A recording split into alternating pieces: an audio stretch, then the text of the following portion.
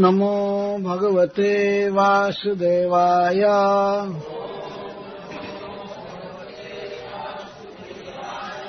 ॐ नमो भगवते वासुदेवाय।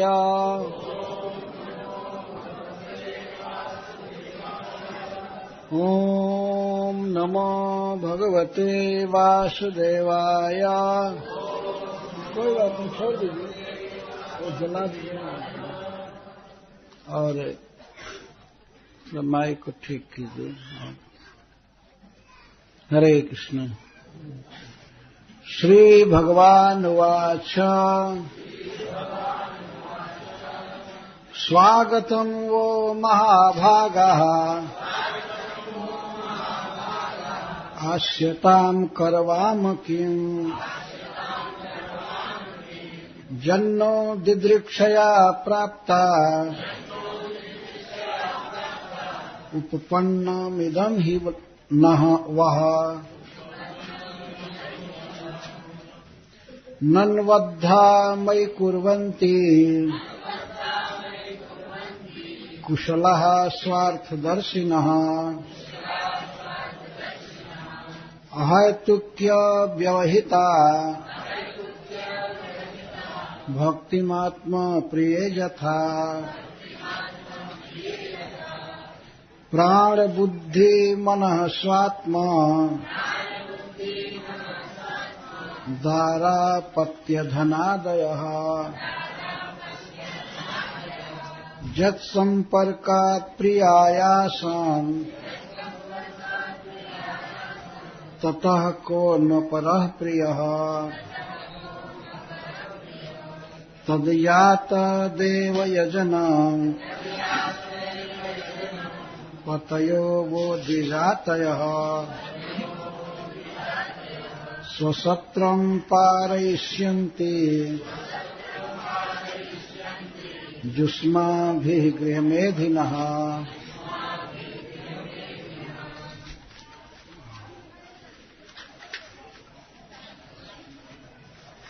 शांति शांति। श्री भगवान वाच, श्री भगवान ने कहा स्वागतम, स्वागत है वह आप लोगों का महाभागः, हे महाभाग्यवती, आस्यतां, मेरे पास आओ, निकट में बैठो, करवामा, करूं, किम, क्या, किम, क्या, जत, जो, नह,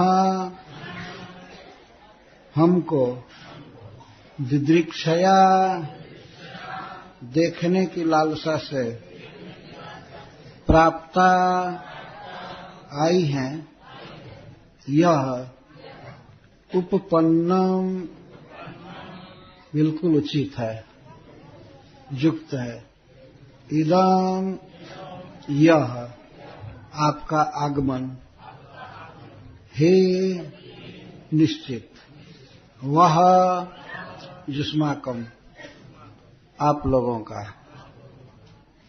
भगवान श्री कृष्ण अब विप्र पत्नियों से कहते हैं, हे महाभाग्यवती द्विजपत्नियों, आपका स्वागत है, मेरे पास आपका आना बिल्कुल युक्त है, ठीक है, बैठिए, मैं आपके लिए कौन सा प्रिय कार्य करूं। अच्छा, मैं समझ रहा हूं, मुझे देखने के लिए आप आई हैं, यह बिल्कुल ठीक है।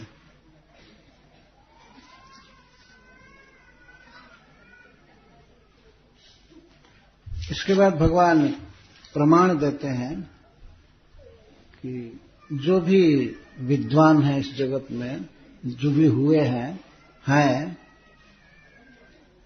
वे मुझसे प्रेम करते हैं।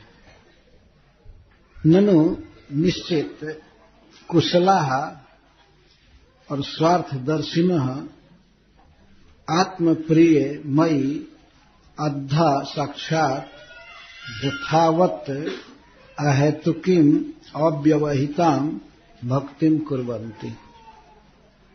क्या समस्या होगी है माता जी को? हैं? नहीं, वो माता जी खड़ी हैं, उनको कोई समस्या है? बैठने को जगह चाहती हैं, जाना चाहते हैं? हाँ, वो माता जी को समस्या है। ठीक, बैठने दीजिए, बैठने। इमली के एक पत्ता पर 3 आदमी बैठ सकते हैं।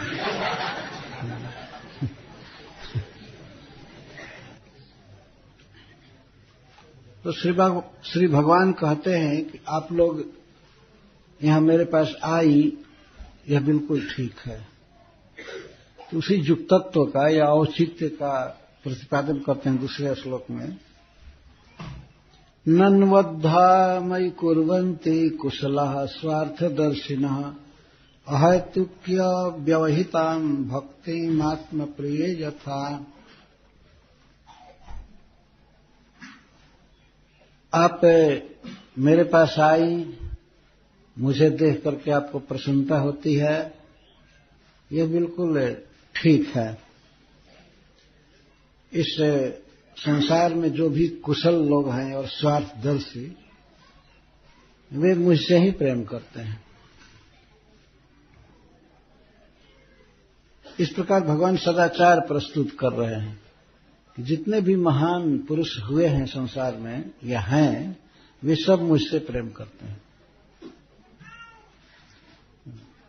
कुशलाः का अर्थ आत्महिता हित विवेकिनः, हमारा किस विषय में हित है और किस में हित नहीं है, इसको जो जानते हैं ठीक से, उनको कुशल कहते हैं। कुशला और स्वार्थदर्शिना, चूंकि विवेकवान होते हैं, ज्ञानी होते हैं, अतः स्वस्य अर्थम पश्यन्ति ये ते स्वप्रयोजना भिज्ञा जना स्वार्थदर्शिना।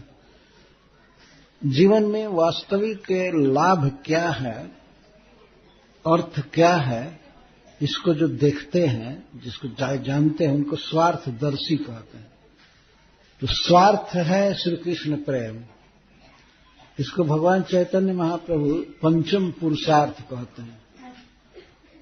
इसके विषय में भगवान चैतन्य महाप्रभु कहते हैं, सही तो परम फल परम पुरुषार्थ, यही तो परम फल परम पुरुषार्थ, जार आगे तृण तुल्य चारि पुरुषार्थ।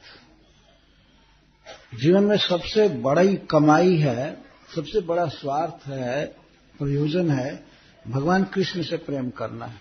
तो जो स्वार्थदर्शी हैं, अपने परम लक्ष्य को जानते हैं, और जो कुशल हैं, वे आत्मप्रिय, अपने परम प्रिय या अपने शरीर से भी बढ़ करके प्रिय मुझमें मई अद्धा साक्षात भक्ति कुर्वन्ति, मुझमें भक्ति करते हैं।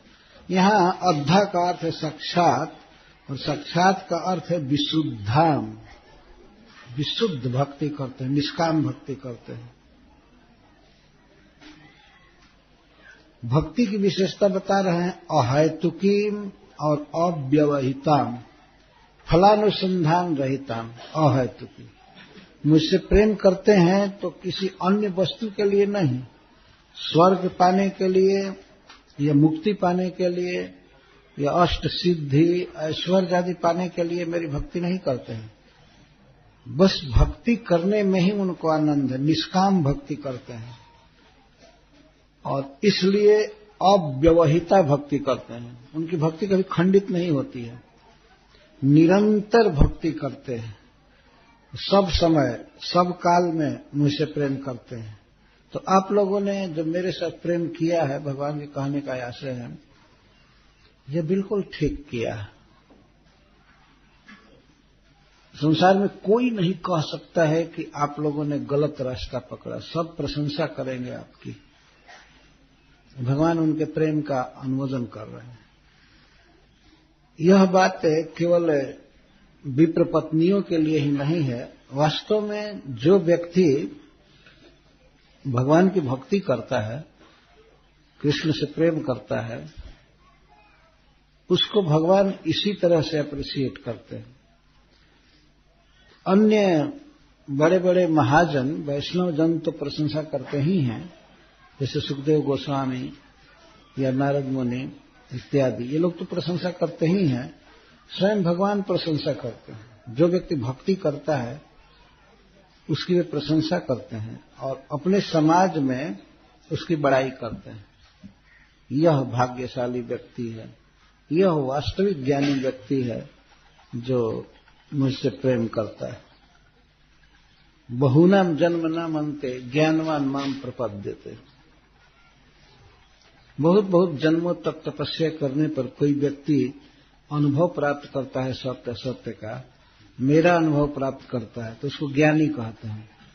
और वह ज्ञानी व्यक्ति ऐसा ही जानता है वासुदेव सर्वमिति, श्री कृष्ण ही सब कुछ है, परम फल है, परम प्रिय है, परम सुख स्वरूप है, इसको जानता है। तो भगवान यहां कह रहे हैं कि जितने भी कुशल अर्थात विवेकी और परमार्थ के ज्ञाता हैं, वे सभी मुझमें भक्ति करते हैं, मुझसे प्रेम करते हैं। भगवान यहां पर प्रीति प्रेम शब्द न देकर भक्ति दे रहे हैं। इसे भी समझना चाहिए कि वे श्री बलराम जी से संकोच कर रहे हैं, भक्ति की बात कर रहे हैं कि आप भक्ति कर रहे हैं, लेकिन वहां कोई सामान्य भक्ति नहीं थी। वहां सर्वात्म समर्पण करके भगवान से प्रेम किया जा रहा था, जैसे गोपियों ने किया। लगभग उसी कक्षा का ये प्रेम है। फिर भी भगवान भक्ति की बात कर रहे हैं। अथवा इसका भाव यह है कि विवेकी जन, अपना हित देखने वाले और परमार्थ को जानने वाले, परम अर्थ को जानने वाले मुझमें भक्ति करते हैं, तो फिर आपका तो कहना ही नहीं, आप तो प्रेम कर रही हैं। इस तरह से मुझे प्रियतम मान करके अपना सब कुछ समर्पण कर रही हैं, तो यह बिल्कुल प्रशंसा के योग्य है। आप लोगों ने जो अपने घर का और पति आदि का त्याग करके मुझसे प्रेम किया है, इसके लिए मैं धन्यवाद देता हूं। आपका यह कार्य समस्त विद्वानों के द्वारा सम्मत है और मेरे द्वारा तो सम्मत है ही, आप बिल्कुल ठीक की है। फिर भगवान अपने बारे में प्रवचन कर रहे हैं कि मुझसे मेरे संपर्क के कारण ही किसी को प्राण, बुद्धि, मन और स्वजन, शरीर, स्त्री, पुत्र, धन आदि प्रिय लगते हैं। आत्मनः सर्वतः प्रेष्ठत्वम उपपादयति। श्री भगवान ये बता रहे हैं कि मैं ही सबसे प्रिय व्यक्ति हूं, प्रिय वस्तु हूं जगत में सबके लिए। तो अपनी प्रेष्ठता का उपपादन कर रहे हैं, निरूपण कर रहे हैं। प्राण, बुद्धि, मन। प्राण समझते ही हैं, प्राण का अर्थ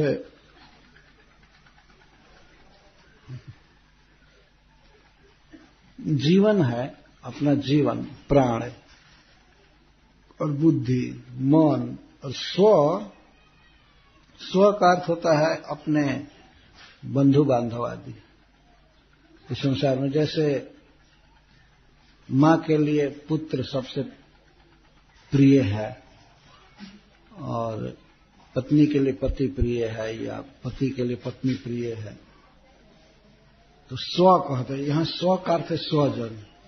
प्राण, बुद्धि, मन, स्वजन और आत्मा, शरीर, दारा, स्त्री, अपत्य, पुत्र और धन आदय, जितने भी हैं मनुष्य को इस संसार में जो भी वस्तुएं प्रिय लगती है, सबसे प्रिय है प्राण।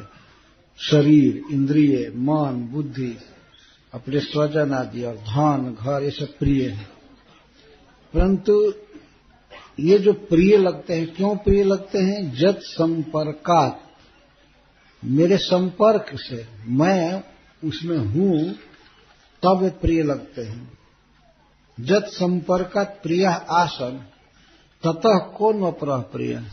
तो ऐसे परमात्मा से, मुझसे बढ़ करके कौन प्रिय हो सकता है? किसके पास व्यक्ति जाए, किससे प्रीति करे? तो अपनी परमात्मता को व्यक्त कर रहे हैं यहां। परम प्रियत्वम साधितुम प्रथमम आत्मना एवं प्रियत्वम आह प्राणयति। जत संपर्कात जस्य मम परमात्मनः संपर्कात संबंधात समर्पणादि संबंधेन एवं। तो जिन वस्तुओं का नाम भगवान ले रहे हैं उन पर विचार कीजिए। सबसे पहला प्रिय वस्तु है व्यक्ति के लिए प्राण। प्राण की रक्षा चाहता है, सबसे पहले प्राण चाहिए, जीवन चाहिए।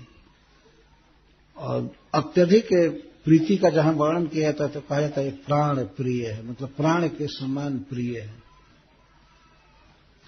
प्राण क्यों प्रिय है? ये सांस लेना प्रिय है ना। अगर किसी की कोई नाक दबावे, गला दबावे तो वो कहेगा अरे छोड़ ले, छोड़े, मर जाऊंगा, बोले छोड़ो। सांस लेना इतना प्रिय है। तो यह सांस, यह प्राण क्यों प्रिय है? जब तक शरीर जी रहा है। और शरीर जी क्यों रहा है? किसके कारण जी रहा है? भगवान का अंश जीवात्मा और श्री भगवान परमात्मा, जीवात्मा और परमात्मा दोनों इस शरीर में हैं। ऐसा शास्त्र कहता है कि शरीर वृक्ष पर दो पक्षी हैं, एक इस फल को सुख दुख को खाता है, एक केवल साक्षी मात्र देखता रहता है। जीव जहां जाता है, जिस शरीर में जाता है, जिस देश में जाता है, वहां भगवान स्नेह बस जीव के साथ जाते हैं। सभी शरीरों में सर्वस्य चाहम हृदय सन्निविष्ट। भगवान कहते हैं कि मैं सबके शरीर में हूं। मनुष्य शरीर में भी वे हैं, और जब जीवात्मा मनुष्य शरीर छोड़ करके दूसरे शरीर में जाता है तो भगवान स्नेह बस उसको स्मृति, ज्ञान, विस्मृति, निद्रा आदि देने के लिए उसके पास जाते हैं, उसी के साथ रहते हैं।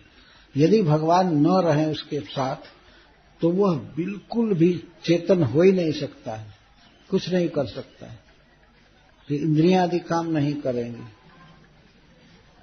तो तभी तक यह शरीर प्रिय है, यह प्राण प्रिय है जब तक परमात्मा इस शरीर में है।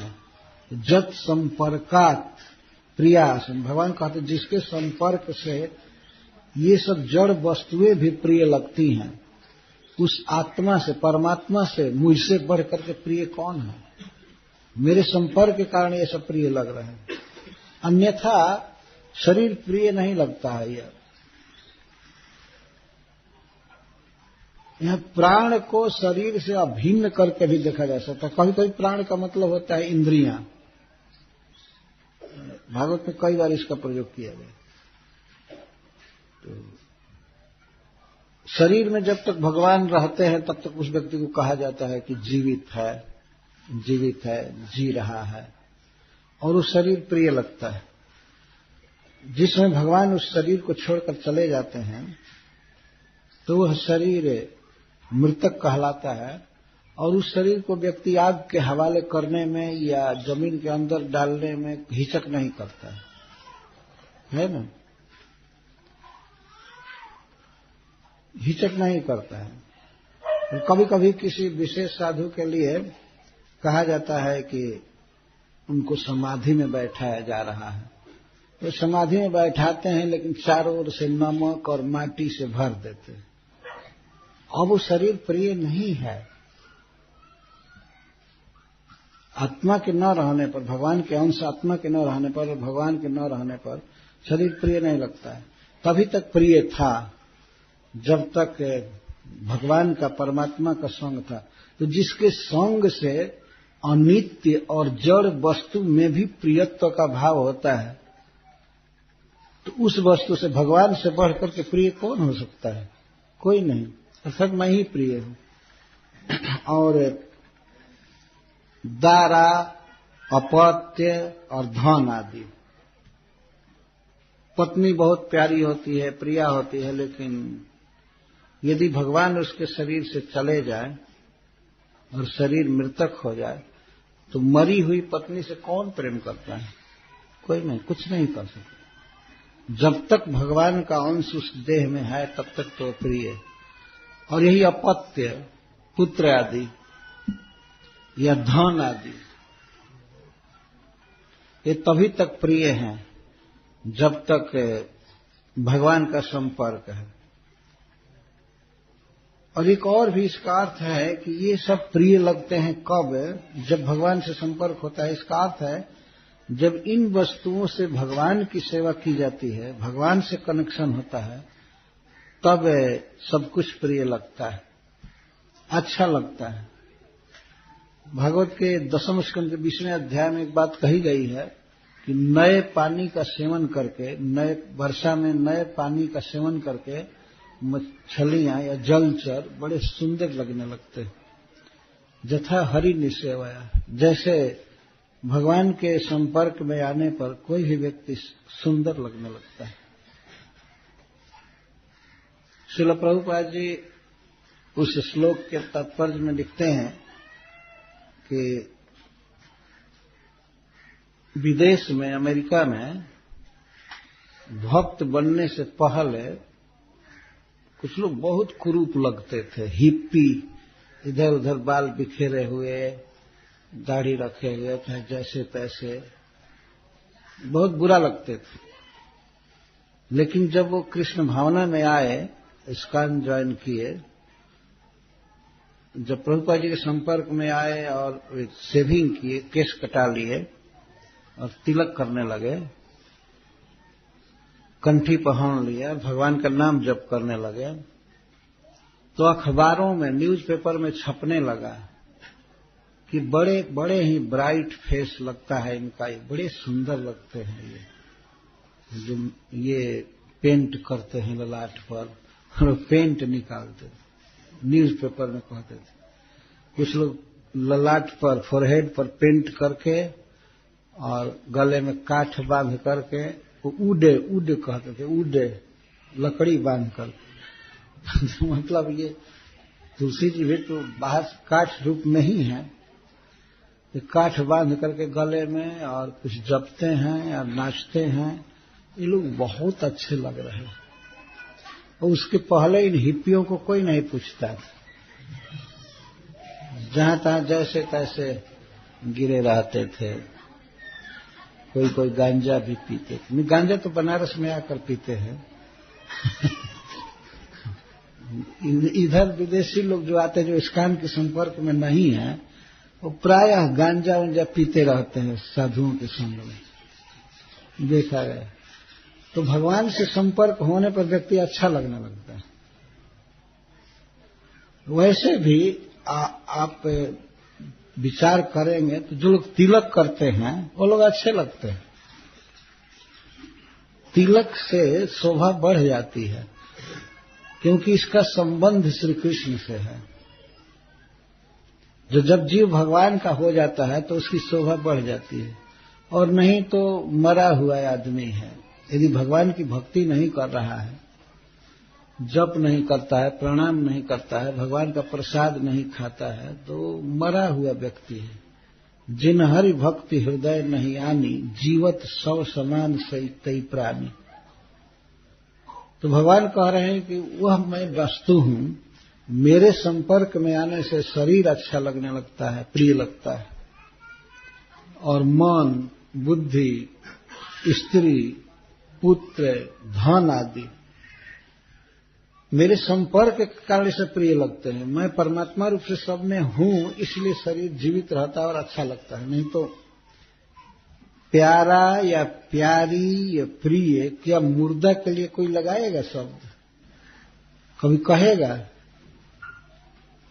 जब तक भगवान है शरीर में तब तक कुछ भी कहिए, बोलिए, सुनिए, तो सब कुछ चलता है।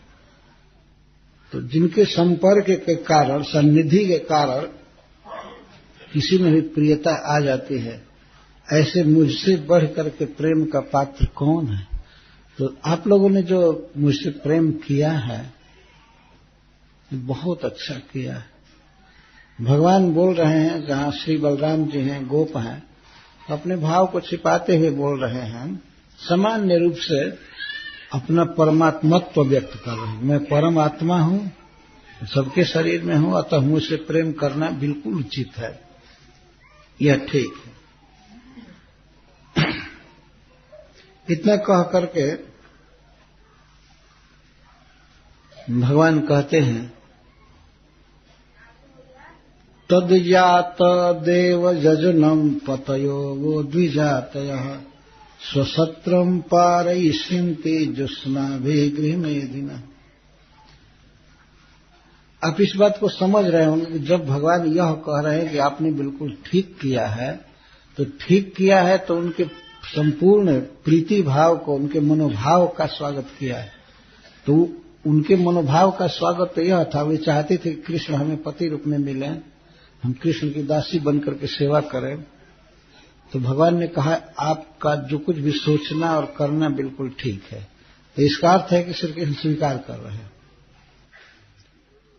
अब इससे ज्यादा भगवान क्या कहेंगे?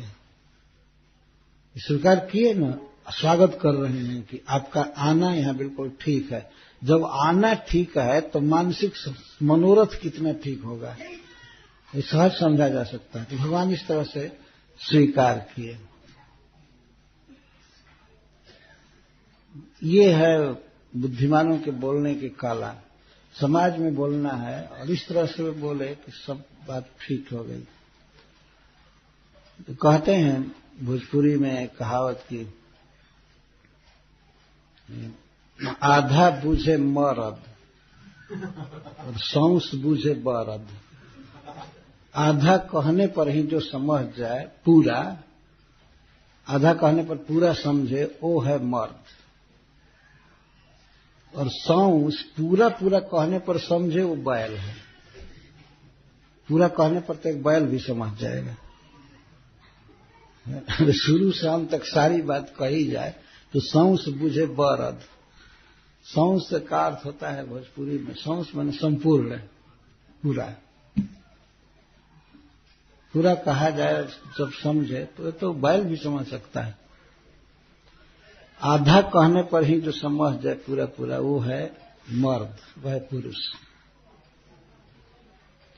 क्या ये समझ नहीं लिया गया कि भगवान उनके प्रेम को पूर्णतः स्वीकार कर रहे हैं?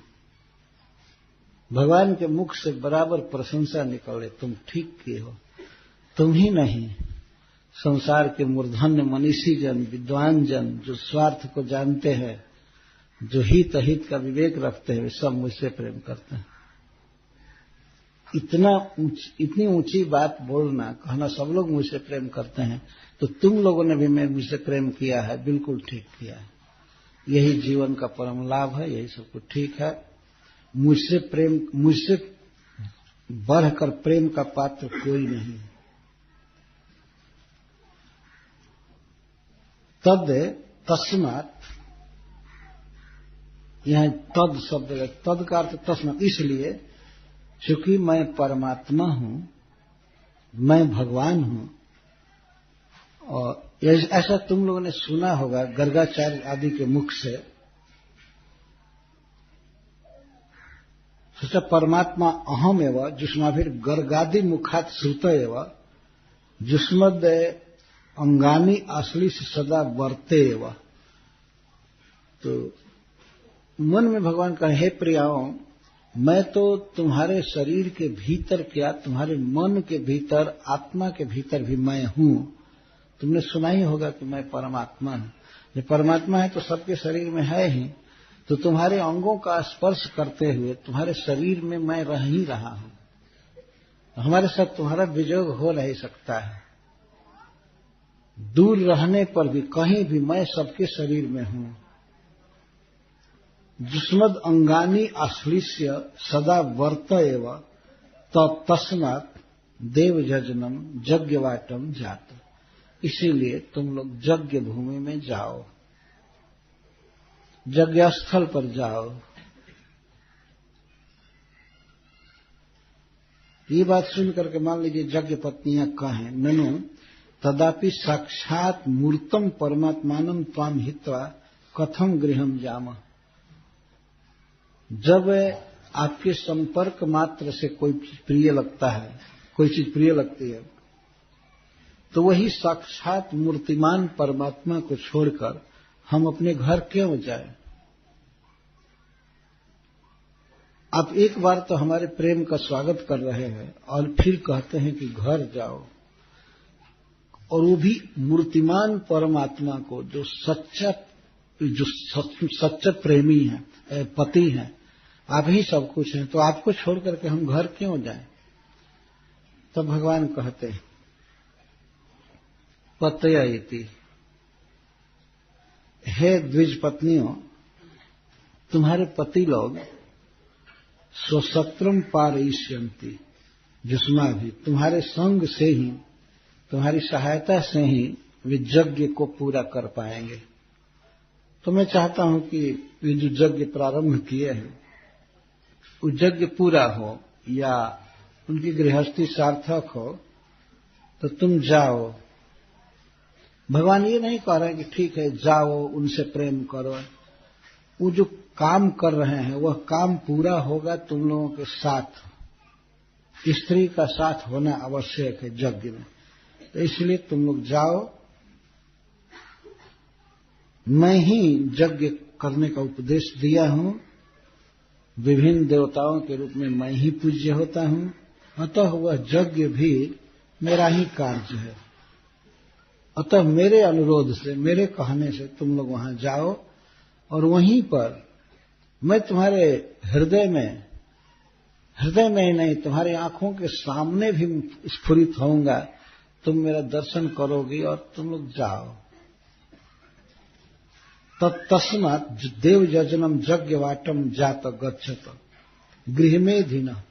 तुम्हारे पति गार्हस्थ भाव को अपनाए हैं, तो उनका यज्ञ तुम लोगों के बिना पूरा नहीं होगा। अतएव तद अपेक्षा देव यजनम जाता इति उत्तम न च गृहानिति। वह पतय जुष्माकम पतय, तुम्हारे पतिगण जुष्मा भी सहैव स्वसत्रम पारयिष्यन्ति। स्वशब्देन कथनचित परकीयम एवं कारितुम अर्हन्ति। भगवान ये कह रहे हैं कि अगर दूसरे का यज्ञ कराते होते, अपना यज्ञ नहीं, दूसरे का यज्ञ जैसे ब्राह्मण लोग करवाते हैं, अगर दूसरे का यज्ञ होता तो तुम्हारे बिना भी वो पार कर देते। लेकिन अपना यज्ञ कर रहे हैं, वो स्वयं अनुष्ठान किए हैं, तो तुम्हारे बिना उस यज्ञ को पूरा नहीं कर पाएंगे। पारयिष्यन्ति आरब्धम समापयिष्यन्ति।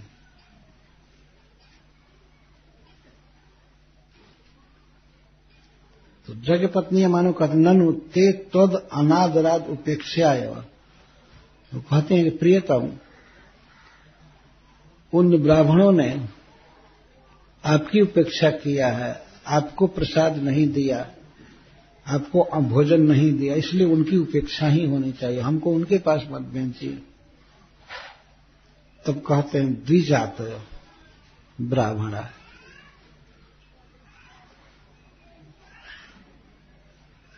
मद भक्त्या ते अवश्य मान्या।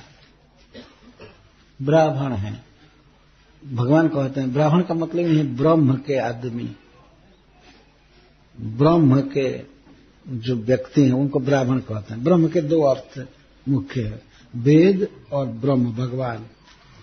तो अगर ब्राह्मण शब्द कहा जाता है तो अपने आप ही वो मेरे हो ही गए, भगवान कहते हैं।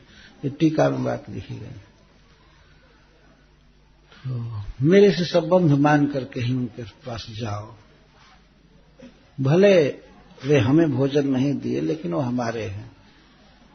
अतएव नृगोपाख्याने स्वयं एवं बक्ष्यति। आगे चलकर भगवान यदुवंशियों के बीच में द्वारका में ये प्रवचन करेंगे। जिस कुआं में नृग महाराज गिरगिट बन गए थे, तो नृग महाराज का उद्धार करने के बाद वहां भगवान सभा किए और सभा के बीच में पूछे।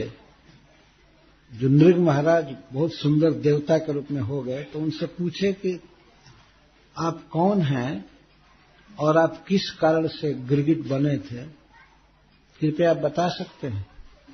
तो नृग महाराज अपने सुंदर स्वरूप में बोल रहे हैं कि हे प्रभु, इस संसार में जब कभी नाम गिना गया होगा दानियों का, दान देने वालों का, तो मेरा नाम भी जरूर आपके कान में गिरा होगा। मेरा नाम है नृग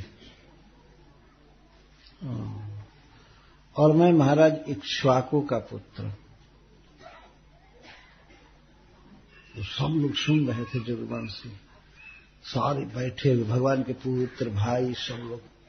और नृग महाराज अपने मुख से बताने लगे कि मैं बहुत बड़ा दानी था। इस संसार में कहते हैं जितने तारे हैं, तारे गिने जा सकते हैं, लेकिन मैंने कितने गायों का दान किया है इसको गिनना कठिन होगा। इतना दानी था मैं, बहुत गाय दान दिया। लेकिन एक बार मैं एक गाय दिया एक ब्राह्मण को गाय दिया, तो वो ब्राह्मण के यहां से गाय भाग करके फिर मूल झुंड में आ गई। तो राजा को क्या पता है कि कौन गाय भाग करके आई है, एक एक को पहचानना कठिन है। तो वो कहे कि गाय जब आकर के मेरे झुंड में मिल गई, तो मैंने फिर उस गाय को भूल से दूसरे ब्राह्मण को दे दी। दूसरे ब्राह्मण को जब गाय दिया, तो जब गाय वो ले जा रहा था, ले जाने के लिए तैयार था और मैं दान दे चुका था, तब तक वो पहला गोस्वामी आ गया। वहीं पर भागवत में गोस्वामी शब्द का प्रयोग, गोस्वामी माने गाय का मालिक। गोस्वामी माने इंद्रियों का मालिक, कंट्रोलर वो भी होता है, लेकिन वो पहला गोस्वामी जी आ गए, उनकी गाय भाग करके आ गई थी। तो वो कहा कि ये मेरी गाय है, ये मेरी गाय है। और जिसको दे दिया था नृग महाराज ने, वो कहता है मेरी गाय है, हमको दान दिया। तो पहला ब्राह्मण लड़ने लगा कि नहीं, पहले हमको दिया था, यही हमको गाय दिया था, और हमारी गाय को, हमारे धन को फिर दूसरे को देगा। वो कहता तो नहीं, हमारी गाय हो सकता है वो गाय बहुत अच्छी रही होगी स्पेशल, इसलिए दोनों ब्राह्मण झगड़ने लगे, हमारी गाय है, हमारी गाय। तो महाराज नृग कहते हैं इस गाय के बदले 1000 गाय ले लो। दोनों को समझा रहे थे, ये छोड़ दो, या एक को कह रहे थे कि आप एक लेने दीजिए उसको, आपको और गाय दे देता हूं, कई गाय, हजारों गाय। तो दोनों लड़ने लगे, नहीं मैं यही गाय लूंगा, मैं यही गाय लूंगा। दोनों झगड़ा कर रहे थे और बाद में राजा के व्यवहार से रंज होकर के दोनों उस गाय को छोड़कर चले। जीवन में इतनी ही भूल हुई थी नृग महाराज से। तो जब इनके लिए विमान आया, इनको बुलाया गया जमराज जी के यहाँ। जमराज जी के यहाँ कोई भी व्यक्ति सवारी से नहीं बुलाया जाता है, लेकिन नृग महाराज एक स्पेशल महान पुरुष थे, इनके लिए विमान गया और इनसे पूछा गया, जमराज जी के पास नहीं, धर्मराज के पास पूछा। उन्होंने पूछा कि महाराज, पहले आप पुण्य का फल भोगना चाहते हैं कि पाप का? ये तो चौंक गए, पाप भी हमसे हुआ है क्या कोई? तो भगवान धर्मराज ने बताया कि हाँ, पाप हुआ है आपसे, आप एक बार एक गाय का 2 बार दान कर दिए थे। तो एक बार वो ब्राह्मण की संपत्ति हो चुकी थी, फिर भी उसको लेकर के दूसरे को दिए और वो भी छोड़ गया, दोनों छोड़ गए, तो आप ब्राह्मण की संपत्ति रख लिए। ये पाप लगा है। बाकी तो आपके जीवन में पुण्य की कोई सीमा नहीं है, पुण्य ही पुण्य है। एक पाप रह गया। तो महाराज इंद्र बड़े चतुर थे। उन्होंने कहा कि ठीक है, पहले पाप का फल भुगा दीजिए, इसके बाद पुण्य।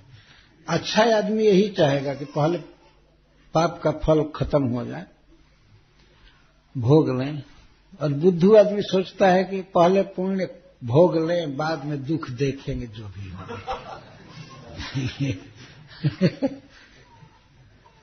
तो इनको दंड दिया गया। दंड क्या दिया? वास्तव में वो कोई पाप नहीं था। इनको गिरगिट का शरीर दिया गया। लेकिन कहां? द्वारका में। देखिए, भगवान के धाम में जन्म हुआ इनका। और एक कुआं में, एक बहुत बड़ा कुआं था, उसमें उनको जन्म दिया गया। तो एक बार यदुवंशी लड़के सब खेल रहे थे। खेलते खेलते कुआं के पास गए तो किसी ने देखा अद्भुत गिरगिट इसमें है और फंसा हुआ है। इस छोर से उस छोर कुआं में फंसा हुआ है, निकल नहीं सकता था। तो लोग उसे निकालने का प्रयास करने लगे बहुत। ये सब जादवों के बहुत सभ्य लड़के थे, दयालु, कोई भी ढेला नहीं मारा ऊपर से। वो सब महात्मा थे, भगवान के ही पुत्र थे और भी जादवों के पुत्र थे। तो उन लोगों ने जा करके भगवान कृष्ण से ही कह दिया। ये कहा कि प्रभु, ये एक ऐसा गिरगिट है जो निकल नहीं रहा है और अद्भुत लगता है कि कोई महान व्यक्ति दुर्गति में पड़ा हुआ है। ऐसा गिरगिट हम लोग देखे नहीं। तो भगवान आए तमाशा देखने के लिए बाहर से कि चले चले चले चले देखें कैसा है कैसा है। तो भगवान अपना हाथ बढ़ाए, अपना करकमल ऐसे बढ़ाए, सबके देखते थे, बढ़ा करके और उसको निकाल दिए कुएं से बाहर। तो भगवान के श्रीहस्त का स्पर्श होते ही वो देवता के रूप में हो गए। भगवान के हाथ का ऐसा चमत्कार हो गया। तब भगवान ने मीटिंग किया। तो वहां पर मीटिंग में भगवान ने बताए सबको कि विप्रम कृता गस्मपि नैव दुर्द्रुह्यत माम का। हे मेरे लोगों, हे मेरे स्वजनों, द्वारकावासियों, अगर ब्राह्मण अपराध भी करे फिर भी उससे द्रोह नहीं करना चाहिए, ब्राह्मण को नहीं सताना चाहिए। घनंतम बहुसपंतम वा नमस्कुरुत नित्य स। अगर वो कभी मार भी दे, घनंतम तमाचा से अच्छा से कभी मार भी दिया या गाली दे रहा है, साप भी दे रहा है, तो नमस्कुरुत नित्य स, उसे प्रणाम ही करना। तो उसमें वो लगे बताने, सुना ना इनके मुख से। जब चले गए नृग महाराज स्वर्ग, तब भगवान ने कहा, देखा ना ब्राह्मण की संपत्ति लेने पर क्या हुआ। इस संसार में हलाहल जहर जहर नहीं है, असली जहर है ब्राह्मण का धन। ब्राह्मण का धन असली जहर है। ये प्राकृत जहर जो है, ये खाने पर तो जो खाता है वो मरता है, लेकिन ब्राह्मण का धन ऐसा है कि वो पूरा वंश ही खत्म कर देता है। इस विष को खाए तो अकेले मरेगा, और ब्राह्मण का धन खाया तो पूरा वंश दुखी होता है। इसलिए और भगवान ने कहा, सब तरह से, चारों तरफ से देखना कि ब्राह्मण का एक नया पैसा भी हमारे कोष में न आवे। भगवान ने सबको सावधान किया, सब पैसा हमारे कोष में नहीं आना चाहिए। लेकिन उस समय जब भगवान बोल रहे थे, उस समय ब्राह्मण का मतलब होता था उच्चतम कोटि का विरक्त व्यक्ति। उस समय के ब्राह्मण किसी एडमिनिस्ट्रेशन में नहीं रहते थे, वो वेद पढ़ते थे। वो कोई मंत्री नहीं थे, उसमें कोई भी मंत्री थे, मतलब राजा को सलाह देने वाले, लेकिन राजा कोई नहीं थे। तपस्या के धनी थे, विरक्ति पूर्वक रहते थे। उसमें ब्राह्मणों का इतिहास बताया जाता है। अभी तो उस समय की बात दूर है, अपने भारतवर्ष में ही चाणक्य पंडित का नाम आप लोगों ने सुना होगा, जो यहाँ पाटलिपुत्र में रहते थे। महाराज चंद्रगुप्त के महामंत्री थे। तो उनसे मिलने के लिए सिकंदर का सेनापति या मंत्री कोई आया पटना में मिलने के लिए उनसे, पाटलिपुत्र में। तो उस समय चाणक्य पंडित जी गंगा स्नान करके आए थे और शाम के समय, और एक दीपक जलाए थे। दीपक जला करके कुछ काम देख रहे थे। वो राज दरबार का काम देख रहे थे, सरकार का काम। तो जब ये मिलने के लिए आए तो उन्होंने वो दीपक बुझा, दूसरा दीपक जला करके ये दीपक बुझा दिया। दोनों दीपक एक ही समान था। तो उसको बड़ा आश्चर्य हुआ। वो कहा कि आखिर उस दीपक के प्रकाश में बात होती, काम होता, वैसा ही दूसरा दीपक क्यों जला दिए इसको बुझा करके। तो चाणक्य पंडित ने कहा, देखिए ब्राह्मण का ब्राह्मणत्व क्या है। वो कहते हैं उसमें सरकारी कोष का तेल लगता है उस दीपक में। मैं सरकार का काम देख रहा था, तो सरकार का काम देख रहा था तो सरकार का तेल खर्च हो रहा था। और अब मैं आपके साथ व्यक्तिगत प्राइवेट बात कर रहा हूं तो मेरा वेतन का तेल इसमें लगेगा। अरे बाप रे, ये था स्टैंडर्ड ब्राह्मणों का। और अब तो हवाला, घोटाला, क्या क्या ये शब्द सुनने को मिल रहा है। आप देख ही रहे हैं ना, क्या दुनिया हो गई, कितना पतन हो गया है।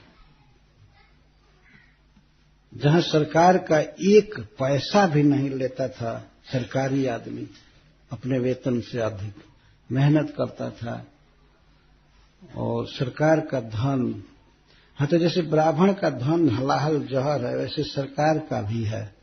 ये चैतन्य महाप्रभु ने कहा है। जो लोग ये सोचते हैं कैसे भी सरकारी पैसा मिल जाए, जैसे लोग जो शिक्षक हैं, ये शिक्षक हरामी पढ़ाते नहीं हैं बच्चों को, पढ़ाने के लिए उनको नियुक्त किया है। लेकिन सरकार वेतन देती रहती है, और ये केवल कभी कभी तो कुछ लोग कुर्सी पर जाकर बैठकर सोते हैं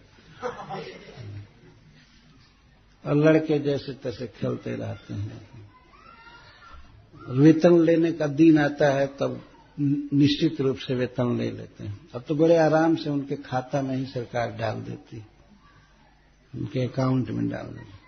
लेकिन जमराज जी सब शिक्षकपना छुड़ा देंगे, इतनी पिटाई करेंगे तो होश खुल जाएगा उस समय। बच्चों को अपना बेटा समझकर पढ़ाना चाहिए, अपना खास जन्मा हुआ बेटा समझकर पढ़ाना चाहिए। जितनी शक्ति हो, जितना टाइम हो, उतना देना चाहिए जितना उपयुक्त टाइम है। नहीं तो ये सबका रिकॉर्ड है और सब हिसाब लिया जाएगा। बहुत दुख होता है वास्तव में। भागवत पढ़ने पर पता चलता है, श्रीमद् भागवत इन बातों को कह रहा है। तो जिन ब्राह्मणों के विषय में ये कहा जाता है कि उनका धन नहीं लेना चाहिए, वो परम विरक्त ब्राह्मण होते थे। एक बार एक ब्राह्मण की कथा है, वो महात्मा थे महाराष्ट्र में। तो छत्रपति शिवाजी उनसे मिलने के लिए गए। शिवाजी का नाम सभी लोग जानते हैं। तो जो गए मिलने के लिए, तो उनके स्वागत के लिए वे तैयार हुए। तो उसके पहले की घटना है। वो ब्राह्मण अपनी एक छोटी बच्ची थी, नहीं महाराष्ट्र में दीधिति ग्रंथ किसने लिखा है, ग्रंथ लिखे, हाँ तो ब्राह्मण थे। तो एक बार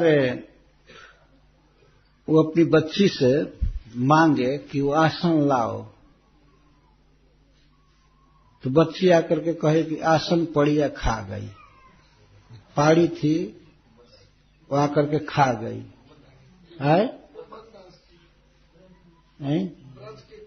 नहीं, कुंभन दास नहीं थे, ये दूसरे थे। वो दूसरी घटना हुई होगी। वो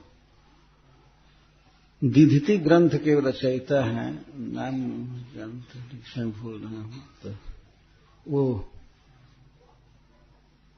बच्ची अगर कही कि आसन पड़िया खा गई, आसन क्या था, पुआल उवाल चाहे कुछ का था, वो खा गई थी, तो आसन नहीं था। और तिलक करने के लिए वो दर्पण मांगे, दर्पण लाओ तिलक करने के लिए। तो तिलक करने के लिए दर्पण क्या था, एक माटी के बर्तन में पानी था, उसी में देखकर तिलक करते थे। तो वो आकर कहती है कि वो पड़िया पी गई दर्पण वो तो दर्पण पी गई।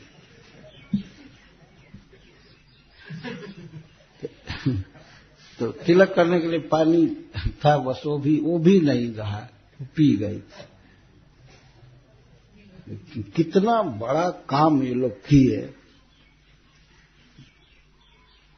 कितना त्याग से रहते थे, अग्नि की तरह तेजस्वी ब्राह्मण।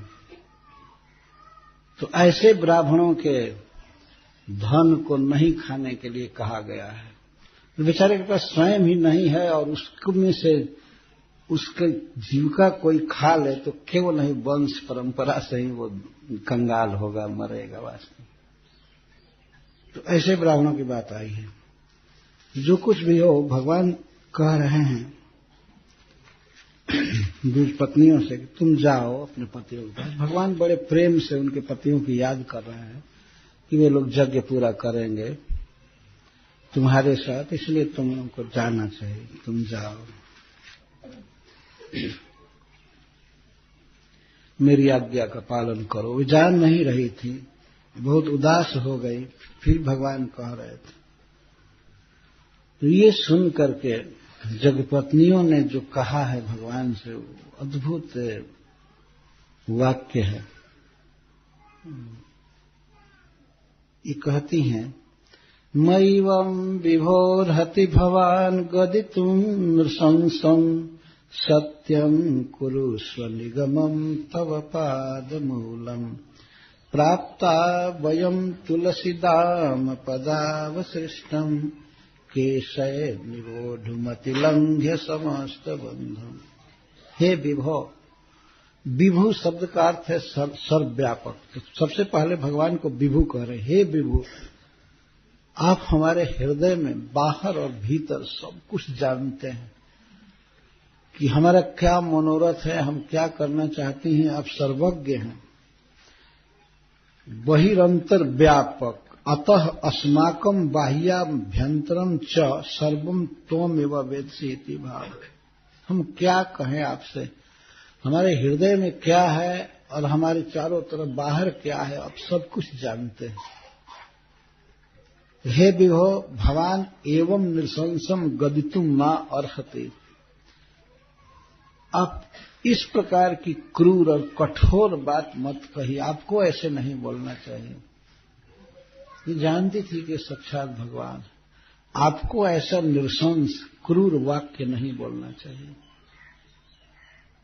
भगवान ने ऐसा प्रवचन किए उनको समझाने के लिए, तो वे कहते नहीं, आपको ऐसे कठोर वचन नहीं बोलना चाहिए।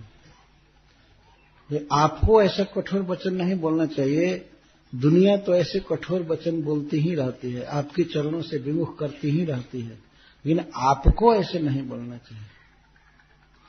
जो संसार छोड़ करके आपके चरणों की शरण में आया हो, उसे तो आपको अपनाना चाहिए, उसे स्वीकार करना चाहिए। सत्यम कुरुष्व निगमम, आप अपने निगम को, अपनी प्रतिज्ञा को पूरा कीजिए।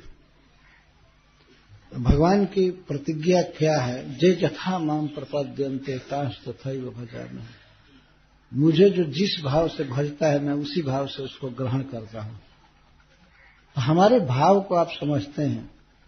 सत्यम कुरुष्व निगमम, आप अपने निगम को, प्रतिज्ञा को या वेद वाणी को सत्य कीजिए। वेद में लिखा गया है कि जो एक बार भगवान के धाम में जाता है, श्री कृष्ण को एक बार प्राप्त कर लेता है और पुनः संसार में नहीं आता है।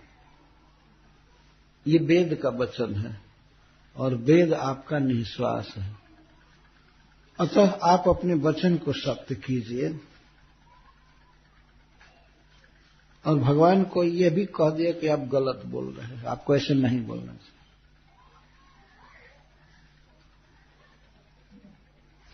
भगवान वास्तव में अपने चरण से अगर किसी को दूर करे तो अधिकार भी नहीं है उनको दूर करने का।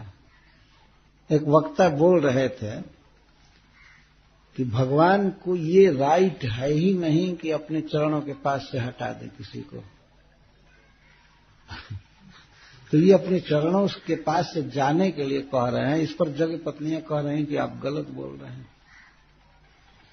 गलत बोल रहे हैं। और बहुत नृशंस, नृशंस उसको कहते हैं जो मनुष्य की हत्या करे, अर्थात क्रूर, बहुत कठोर बोल रहे हैं। मैवम विभोर हति भवान गदितुम नृशंस, भवान एवं नृशंसम गदितुम मां अर्हति। आप ऐसे कठोर बोलने योग्य नहीं, आपको नहीं बोलना चाहिए। अगर कोई दूसरा मूर्ख व्यक्ति ये कहे किसी को कि कृष्ण का चरण छोड़ करके जाओ, संसार में परिवार से प्रेम करो, ये करो, तो वो तो मूर्ख है, अज्ञ है, बोल सकता है, लेकिन आपको ऐसे नहीं बोलना चाहिए। सत्यम कुरुस्व निगमम, आप अपने प्रतिज्ञा को सत्य कीजिए। तव पाद मूलम प्राप्ता, हम आपके चरणों के मूल में आई हैं, चरणों की शरण में आई हैं।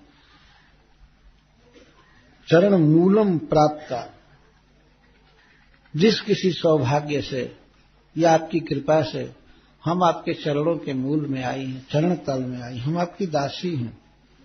वयम तुलसीदाम पदावश्रेष्ठम केसर निवोढ़ मत लंघ समस्त बंधु। आपको पता है हम कैसे आई हैं यहाँ पर, कितनी बाधा के बाद परिवार के सारे लोग और संबंधी हमें रोक रहे थे, पर हम आई हैं, ब्लात आई हैं और उनकी आज्ञाओं की अवहेलना करके आई है। अति लंघ समस्त बंधुन, हमने उनकी बातों का उल्लंघन करके ही नहीं, वो हमें पकड़ रहे थे, सब प्रकार से धर्म का भय दे रहे थे, और हम सबको छोड़ करके आई हैं और आपके पास आई, और आप इस तरह से हमें भेज रहे हैं। यह ठीक नहीं है, आपको ऐसे नहीं व्यवहार करना चाहिए, आपको ऐसे नहीं बोलना चाहिए। तो यदि भगवान मान लीजिए कहे कि हमारी प्रियाएं गोपियां हैं, हम गोपियों के अतिरिक्त तुम्हें कैसे रखेंगे, तब वे कहती हैं कि हे प्राणनाथ, हम आपके पास आपकी प्रिया बनने के लिए नहीं आई, हम आपकी दासी बनने के लिए आई। हम गोपी जनों की, राधा रानी की दासी बन करके रहेंगे और आपके चरणों पर चढ़ाई गई तुलसी की माला हम छूने को मिलेगा, या हम उसे अपने केस में बांध करके रखेंगे, यही हमारा सौभाग्य होगा। लेकिन आप हमें अपने चरणों की शरण में रखिए, हमें मत दूर कीजिए। अथा पदावश्रेष्ठम तुलसीदाम, तुलसी की माला जब आप लगाएंगे और हम आपकी दासी रहेंगी, आप जब गोपी जनों के साथ कहीं विहार करेंगे, रहेंगे, और हम आपके चरणों में प्रणाम करेंगे, तो आप अपनी उतारी हुई तुलसी की माला अपने चरण से भी फेंक देंगे ऐसे, तो हम उसको केसर निवोढ़म, हम उसी माला को, तुलसी की माला को अपने चोटी में धारण करने के लिए आई हैं आपके पास। हम आपकी सेवा करेंगे, हम आपकी दासी हैं, लेकिन हमें अपने घर पुनः मत भेजिए। इस तरह से जग पत्नियां प्रार्थना कर रही हैं। प्राप्ता वयम तुलसीदाम पदावशिष्टम केसर नियोढ़ मत लंघ समस्त बंधु। हमें फिर उस जगह पर मत भेजिए। मां शब्दस्य आदौ निर्देश, सबसे पहले इस श्लोक में मां शब्द का प्रयोग, मां माने मत, ऐसा मत बोलिए, ऐसा मत बोलिए। तो इसका अर्थ सनातन गोस्वामी जी कहते हैं परम व्यग्रतया निषेधड़ा, परम व्यग्रता से पहले भगवान की बात का निषेध कर रही है, इसलिए ऐसा ऐसा मत बोलिए, मत बोलिए ऐसा। तो मत शब्द पहले निकला, एवं ईदृशम, ऐसा वाक्य मत बोलिए कि पतिनम यज्ञ समापनार्थम यज्ञ स्थानम जात, पतियों के यज्ञ को पूरा करने के लिए यज्ञ स्थान पर जाओ, ऐसा कठोर वचन मत बोलिए। हे विभो बहिरंतर व्यापक, अस्माकं बाह्यम आंतरम च सर्वम त्वया विज्ञायत इति भाव, वच इति पाठ सुगम एव भवान इति अन्यो वदतु नाम कृपा कोमल चित्तो भवांस्तु न वक्तुम अपि योग्यो भवति इत्यर्थ। दूसरा कोई व्यक्ति ऐसा बोले, लेकिन आप तो कृपा कोमल चित्त हैं, आपके हृदय में तो केवल कृपा रहती है, तो आप इस वचन को बोलने के योग्य नहीं हैं, आपको ऐसा नहीं बोलना चाहिए। जतो नृशंसम, यह बात क्रूर है, नृशंस है।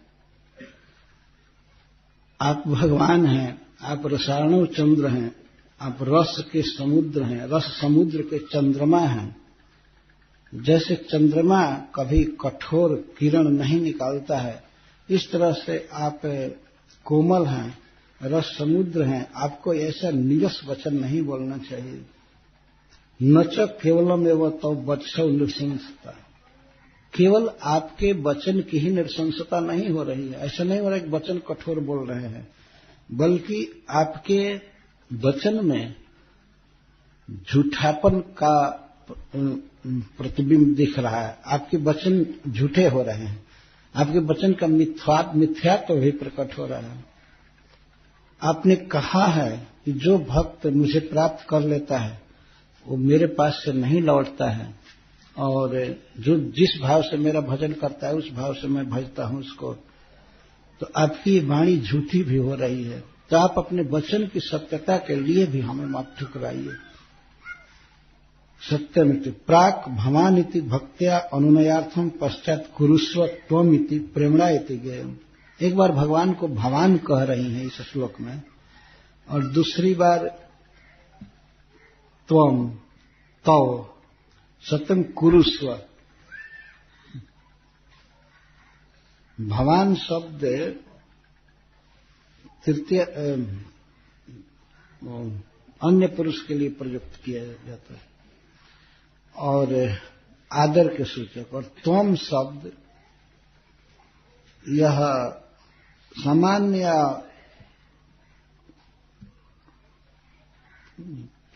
सामान्य व्यवहार में प्रयुक्त होता है बिना आदर के। तो एक बार भवान कह रही हैं, और कुरुस्व जो क्रिया है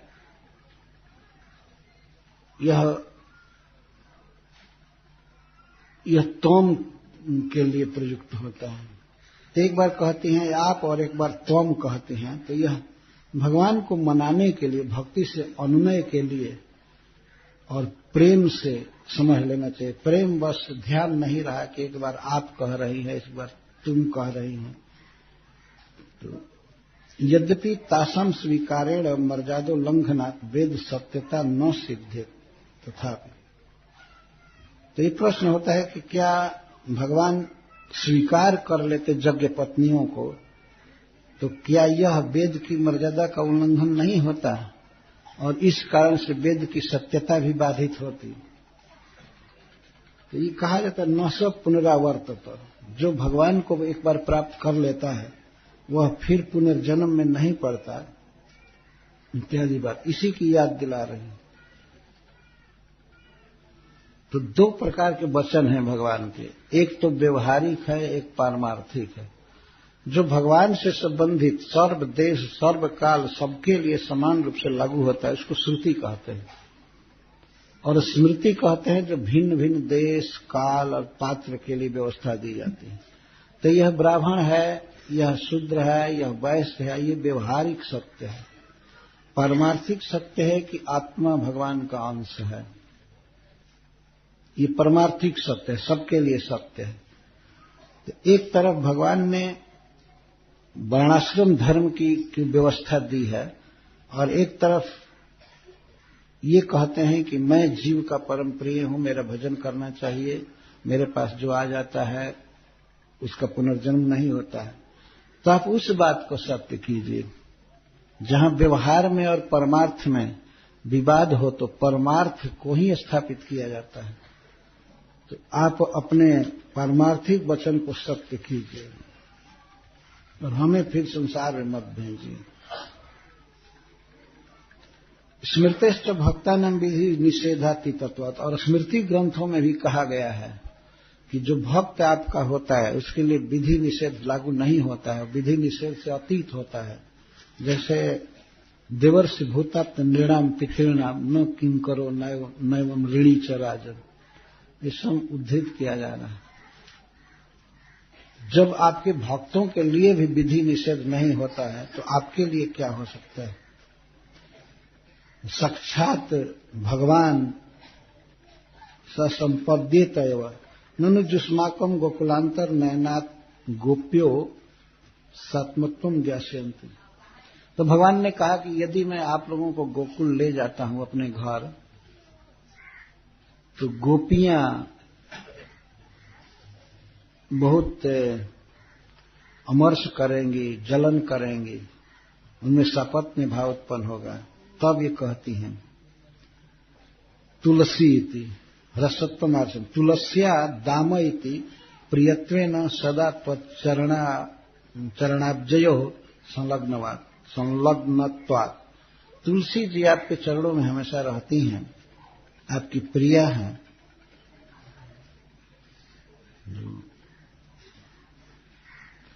यदि सपत्न भाव होता तो तुलसी जी में और लक्ष्मी जी में होता न सपत्न भाव। लक्ष्मी जी चरणों में रहती हैं पर फिर भी तुलसी आपके चरणों से लिपटी रहती है, तो कोई सपत्न भाव नहीं है। तुलसी जी एक देवी हैं और लक्ष्मी जी तो देवी हैं ही, लेकिन लक्ष्मी जी कभी भी सौतिया डाह नहीं करती हैं तुलसी जी से, कभी रंज नहीं होती। जबकि चरण भगवान का ये तुलसी जी के लिए स्थान है। भगवान के चरण में तुलसी अर्पित किया जाता। फिर भी लक्ष्मी जी सौतिया डाह नहीं करती हैं, प्रेम करती हैं तुलसी जी से। और तुलसी जी भी कोई केयर नहीं करते हैं कि अगर लक्ष्मी जी चरण दबाती हैं तो दबाएं। ऐसा नहीं है कि क्यों हमारा हक ले रही है, मैं चरण सेवा के अधिकारी हूं तो ये क्यों ले रही है। वास्तव में भगवान के चरणों की सेवा देने का अधिकार तुलसी जी को है। सेवा अधिकार दिया कर निज दास, ये तुलसी जी का अधिकार है। किसी को भगवान की चरण सेवा में इंगेज करने का काम तुलसी जी का है। लेकिन लक्ष्मी जी बिना परमिशन के, बिना पूछे वो चरण दबाती रहती है भगवान के, तो कोई झगड़ा नहीं है। तो तुलसी दाम कह करके मानो ये द्विज पत्नियां भगवान को इस बात की याद दिला रही कि नहीं, आपके साथ रहने पर गोपीजन कोई हमसे डाह नहीं करेंगे, कोई द्वेष नहीं करेंगे। अगर करेंगी भी